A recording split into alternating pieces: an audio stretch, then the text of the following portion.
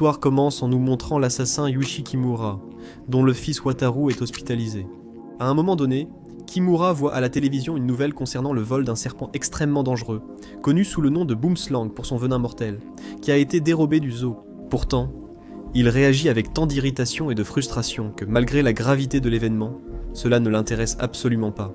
Peu de temps après, il reçoit la visite de son père, connu sous le nom du Vieux, qui lui fait la morale sur son échec en tant que protecteur de son petit-fils. Il lui rappelle qu'au moment où Wataru a été poussé du toit, Kimura n'était pas là pour l'arrêter.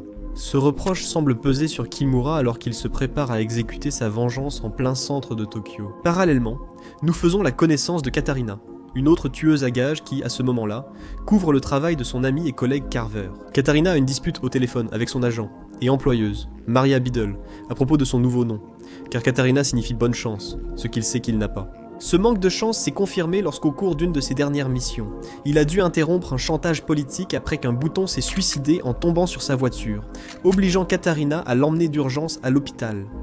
Alors qu'il se dirige vers la gare de Tokyo, Katarina heurte accidentellement Kimura, qui perd une paire de clés et un billet de train. Il ne se rend compte de la perte qu'en arrivant à son casier, moment où il utilise ses compétences manuelles pour l'ouvrir. À l'intérieur, il trouve les outils nécessaires à sa mission. Un communicateur, de la poudre soporifique et une arme, bien qu'il décide de ne pas l'utiliser, préférant éviter tout conflit immédiat.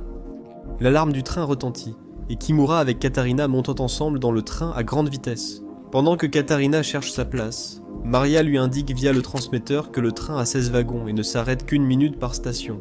Sa mission est de voler une mallette à un passager. Près d'eux, on rencontre 2 autres assassins. Citron, un homme obsédé par les locomotives et qui a l'habitude de qualifier les menteurs de locomotives diesel, et Mandarine, son compagnon de mission.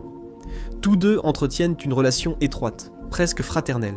Kimura, après avoir reçu le billet accompagné de la confession de la personne ayant poussé son fils, va au siège B04. Mais en voyant qu'il s'agit d'une petite fille, il croit d'abord à une erreur. Mais à ce moment précis, elle l'a électrocuté avec un taser, révélant qu'il s'agissait en réalité d'un autre assassin connu sous le nom du prince. Katarina poursuit sa mission, et, après être passée par le wagon de Mandarine et Citron, repère la mallette parmi leurs affaires. À ce moment, Mandarine conseille à Citron de se couvrir car sa chemise est tachée de sang. Simultanément, ils apprennent que leur cible, le fils, s'est réveillé. Ce jeune homme a été kidnappé et est gardé par Mandarine et Citron, qui ont été engagés par un individu mystérieux connu sous le nom de la Mort Blanche, avec la tâche de le protéger pendant son voyage. Citron et Mandarine commencent à se disputer, car ils n'arrivent pas à se mettre d'accord sur le nombre d'hommes qu'ils ont tués pendant le sauvetage, tandis que Citron insiste sur le fait qu'ils étaient 16. Mandarine affirme qu'ils étaient 17. Pendant la dispute, la scène du sauvetage était montrée. Les 2 tueurs se sont introduits dans un marché aux poissons et après avoir revu les détails, ils comptent de nouveau. Les morts par fusillade, coups de couteau sur des chauves, duel de katanas, explosion lors de la poursuite et mort accidentelle d'un civil. Après avoir récapitulé ces événements, ils arrivent tous les 2 à la conclusion qu'il y a effectivement eu 17 victimes. En entendant cela, le fils décide de descendre à la prochaine station. Mais Citron et Mandarine lui rappellent que son père, la Mort Blanche, est très vindicatif et punit ceux qui le déçoivent. Il lui raconte une histoire sur la façon dont, une fois, Mort Blanche a coupé les 5 doigts de la main d'un homme qui avait payé sa dette avec seulement 5 minutes de retard. Face à cette menace, le fils est obligé de rester assis, tandis que Citron et Mandarine procèdent à l'attacher fermement. Peu après, leur employeur les appelle pour demander des nouvelles du fils et de la mallette, qu'ils découvrent alors volée. L'employeur les informe qu'ils doivent descendre à Kyoto, où leur mission prendra fin. Citron, persuadé qu'ils seront pardonnés grâce au fils, reste optimiste. Mandarine lui révèle alors que la mallette contenait 10 millions de dollars.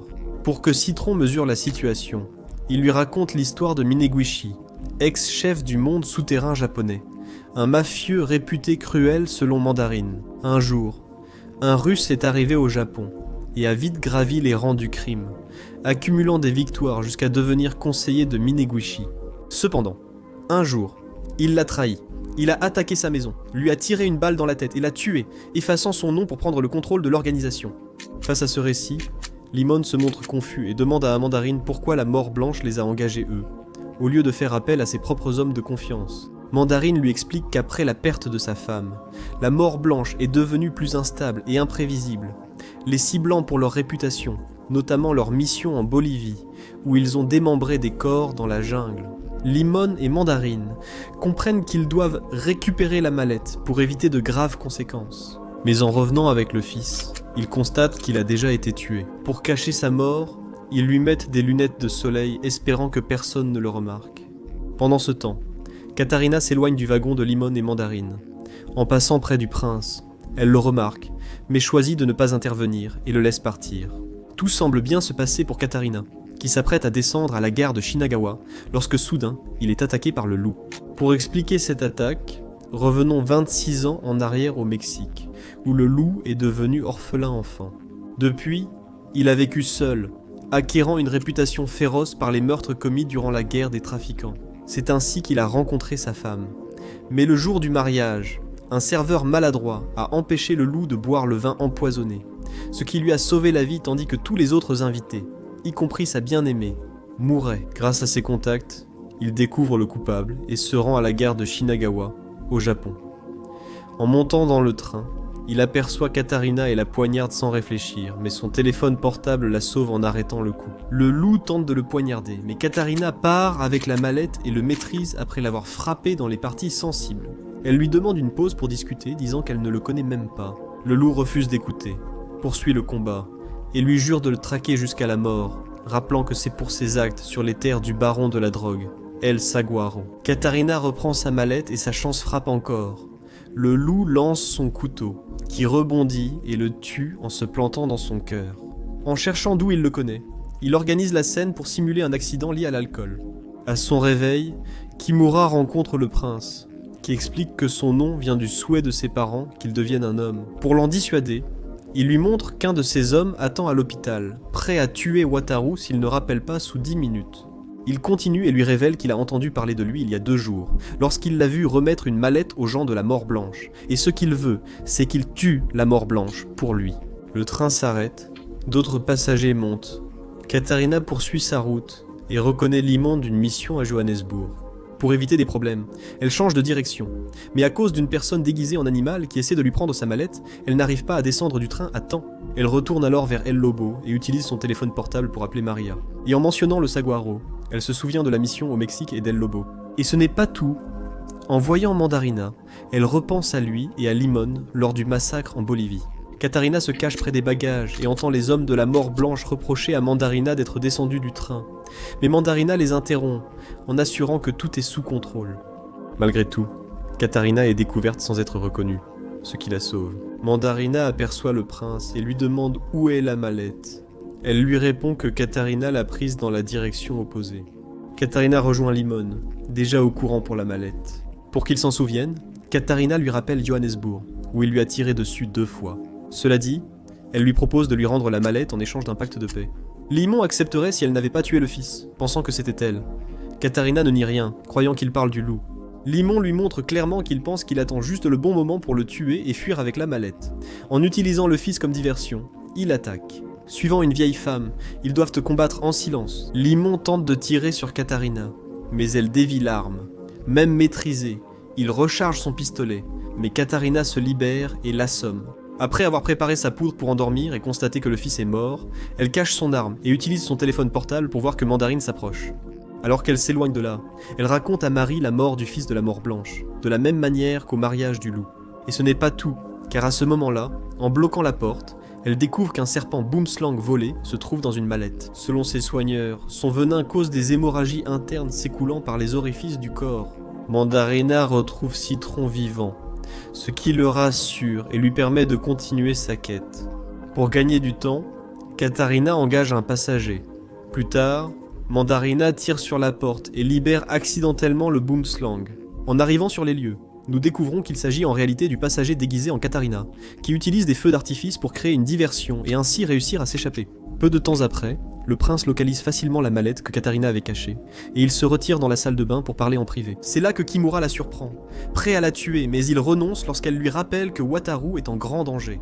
Il reçoit alors un appel du vieil homme, et sur ordre du prince, lui annonce avoir quitté l'hôpital, après avoir découvert le responsable de l'agression de son fils. Après cet échange, le prince lui ordonne de rester là pour essayer de déchiffrer la combinaison de la mallette, tandis qu'elle part accomplir une autre partie de son plan. Mandarine retrouve Citron, qui lui confie savoir que Katarina n'a pas tué le fils, car il a appris à la connaître. À ce moment, ils reçoivent l'ordre de descendre à la station suivante pour vérifier que tout se passe bien. Pour éviter d'être découvert, Mandarine descend seul et trompe des tueurs à gages japonais en faisant bouger le corps du fils par Citron comme s'il vivait encore. Après l'épreuve, Citron découvre la boomslang mais l'ignore car ils doivent continuer leurs recherches et se séparent. Le prince, de son côté, arrive jusqu'au corps du fils pour vérifier sa mort. Après avoir confirmé son décès, il lui crache dessus pour une raison inconnue et retourne auprès de Kimura, juste au moment où ce dernier ouvre la mallette. Le prince place alors une bombe à l'intérieur et révèle qu'il a fait de même avec l'arme de Kimura, car son plan consiste à l'utiliser comme sacrifice pour tuer la mort blanche. Dans la salle de bain, Maria dit à Katarina que Frélon, l'assassin utilisant du venin de boomslang, est dans le train. Rappelle-toi que ce procédé a servi au Mexique et pour l'assassinat d'un célèbre chirurgien. En entendant cela, Katarina comprend qu'elle peut être sauvée si elle trouve le frelon et le remet à Limon et Mandarine. C'est à ce moment-là qu'il est découvert par lui, qui avait suivi son signal système de positionnement global. La bataille éclate dans les couloirs, et même si, au milieu des coups, Katarina lui propose de lui livrer le frelon, Mandarine reste déterminée à atteindre son objectif, récupérer la mallette. Le combat fait une brève pause lorsque les deux sont obligés d'attendre que la vendeuse de snacks s'en aille. Profitant de l'occasion, Katarina achète une boisson pour s'hydrater et l'utiliser comme arme improvisée contre son adversaire. Les coups continuent. Mandarina prend l'avantage avec une prise, mais Katarina appuie sur le bouton d'urgence, détachant la porte et les laissant suspendus. Il remonte dans le train. Mandarina veut lui arracher les yeux, mais il répond d'abord au téléphone. Ici, il reçoit l'ordre que lui et Citron descendent à la prochaine station avec la mallette, où la mort blanche tuera tous les passagers. Mandarina choisit finalement de le laisser, persuadé qu'il n'a pas la mallette. Pendant que Citron se trouve à une grande distance, Katarina a l'idée de descendre en se faisant passer pour son compagnon avec une fausse mallette à la main, afin de gagner du temps. Tout semble se dérouler comme prévu, mais par inadvertance, Katarina entre le bon code et ouvre la mallette, révélant ainsi le mensonge. Face à cette révélation, ils doivent tous les deux retourner rapidement dans le train. Au même moment, Kimura supplie le prince de laisser Wataru tranquille, mais celle-ci refuse catégoriquement de faire preuve de compassion. À ce moment, Limon arrive et demande Katarina et une valise argentée. N'obtenant pas de réponse, il s'apprête à partir, mais revient en réalisant que le prince a dit ne pas avoir vu de mallette, une phrase inédite de sa part. De retour avec Katarina, Limon lui indique où se trouve la mallette. À l'arrêt suivant, il tente de quitter le train, mais Mandarine l'en empêche, voulant encore un coupable pour la mort du fils. En s'en rendant compte, Katarina le distrait puis le pousse hors du train au moment où il repart. Mandarine, loin d'abandonner, se lance aussitôt à sa poursuite. Bravant la physique, il s'accroche à son adversaire, enchaîne les coups, puis casse la vitre pour remonter dans le train. Le prince tente de duper Citron en feignant l'innocence, sans succès. Citron propose alors de dénoncer le chef, qu'il menace de tirer. Kimura pense à son fils, ce qui lui donne la force d'accepter sa faute et de prendre la balle. Alors qu'il l'enferme et qu'il boit l'eau trafiquée, Katarina et Citron découvrent l'arme dans le sac du prince, réalisant leur erreur. Même s'il tente de la tuer, il s'endort. Le prince, sans pitié, est assassiné sans hésitation. Katarina trouve le téléphone de Kimura dans le couloir alors que le vieil homme appelle. Après avoir dit que Kimura est absent, elle vérifie la mallette replacée par le prince. En quête d'informations, elle retourne vers le corps du loup. Pendant ce temps, la Vispon révèle son identité en retirant son déguisement de furie. Et l'on découvre qu'elle a tué le fils peu avant. Grâce au loup, Katarina reconnaît la Vispon comme le chef au mariage et l'imagine aussitôt devant elle, déguisée en hôtesse de l'air. Elle le rend responsable de la perte du boomslang et l'attaque. Elle s'apprête à lui injecter du venin. Mais Katarina se libère et renverse la situation. Elle exige qu'il rende la mallette et révèle que son employeur, inconnu, devait la payer avec la rançon après avoir engagé pour tuer le fils. Le frelon le frappe aux côtes et se libère de sa prise pour lui injecter immédiatement le venin. En voyant cela, Katarina décide de se l'injecter à elle aussi. Il reste 30 secondes avant que le venin n'agisse, et après avoir attendu quelques secondes, elle sort l'antidote. Mais Katarina prend les devants et le force à se l'injecter à lui. N'ayant plus rien à faire, le frelon meurt lentement, rampant et maudissant. Mandarine découvre enfin le corps de Citron. En le voyant, il ne peut pas empêcher les larmes de couler de ses yeux, car il avait été pratiquement comme un frère pour lui. Après lui avoir fait ses adieux et remis son collier, il arrache l'arme à Kimura, animé par le désir de venger Citron, dont il tient Katarina responsable. Quelques instants plus tard, en recevant un appel de la mort blanche, qui connaît déjà toute la vérité, Mandarine fait clairement comprendre qu'il ne se soucie plus de rien. Il lui dit franchement que son fils méritait la mort et qu'il n'a pas vu la mallette depuis Tokyo. Il lui dit aussi qu'il l'attend à la dernière station pour régler leur compte. C'est alors que la raison du vide du train est enfin révélée. La Mort Blanche a acheté tous les sièges pour qu'il n'y ait aucun témoin. Après leur échange, Mandarine rencontre le prince. Il reprend son masque d'innocence et accuse à tort Katarina de la mort de Citron, ce qui semble fonctionner. Cependant, à ce moment précis, Mandarine découvre un autocollant de locomotive diesel collé dans le dos du prince. Ce détail lui fait comprendre, avec une pointe d'horreur, que c'est elle qui a tué son frère. Il est prêt à lui faire sauter la cervelle. Katarina arrive, voit le prince en larmes et décide de la défendre. Durant la lutte, la balle perce l'artère jugulaire de Mandarine, qui meurt d'une hémorragie sans pouvoir la prévenir. Le prince reprend son rôle et, après lui avoir dit que la Mort Blanche les attend à Kyoto, Katarina promet de la protéger. Lorsque le train s'arrête, Katarina est prêt à partir, mais le prince le convainc de revenir en faisant semblant que son sac à dos est coincé et qu'elle a peur d'être seule. Le vieil homme, guidé par le signal du téléphone, arrive dans le train, reconnaît sa voix et s'assoit en face d'eux. Katarina ne veut pas d'ennui et prévoit de changer de wagon. En soulevant le sac, il est mordu par le boomslang caché, l'obligeant à aller aux toilettes pour s'en débarrasser. Une fois seul, le vieil homme exige du prince qu'il lui raconte ce qui s'est passé avec son fils et son petit-fils. Il lui révèle alors avoir laissé l'infirmière protéger Wataru. Et c'est alors que nous découvrons qu'elle a tué son compagnon avant qu'il ne puisse agir. Le prince s'enfuit chercher refuge lorsque Katarina revient. Grâce à l'antidote, elle a survécu et connaît désormais la vraie nature du prince. Le vieil homme, après avoir appris le nom de Katarina, commence à lui raconter son histoire. Il raconte comment, dans le passé, il faisait partie du cercle de conseillers qui avait averti de la menace de la Mort Blanche lorsque celle-ci est arrivée sur leur terre. Son avertissement s'est avéré exact, car peu de temps après, ils ont été trahis par le Russe. Lors de l'attaque, son épouse est décédée, mais son fils a survécu. Après la tragédie, le vieil homme s'est caché pour préparer sa vengeance. Le vieil homme est convaincu que Katarina est arrivée là par un dessein du destin, et il lui demande son aide pour affronter la Mort Blanche lorsque celui-ci montera dans le train. Cependant, les surprises ne s'arrêtent pas là. En vérifiant les autres, il découvre que Kimura est vivant, et il est soulagé d'apprendre que Wataru va bien. De plus, Limon se réveille. Il a survécu grâce à son gilet pare-balles et n'était qu'évanoui. En apprenant la mort de son frère, il décide de passer l'aube à côté de son corps, lui remettant l'autocollant de sa locomotive préférée, comme un dernier acte d'amour. Lorsqu'ils se retrouvent à nouveau, la tension éclate en une dispute. Limon souhaite se venger de Katarina, tandis que Kimura veut faire justice à Limon pour lui avoir tiré dessus.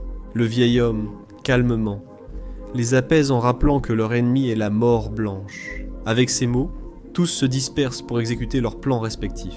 À l'arrivée du train à Kyoto, la Mort Blanche et ses tueurs à gages montent à bord. Ils rencontrent d'abord le prince, qui est en fait sa fille.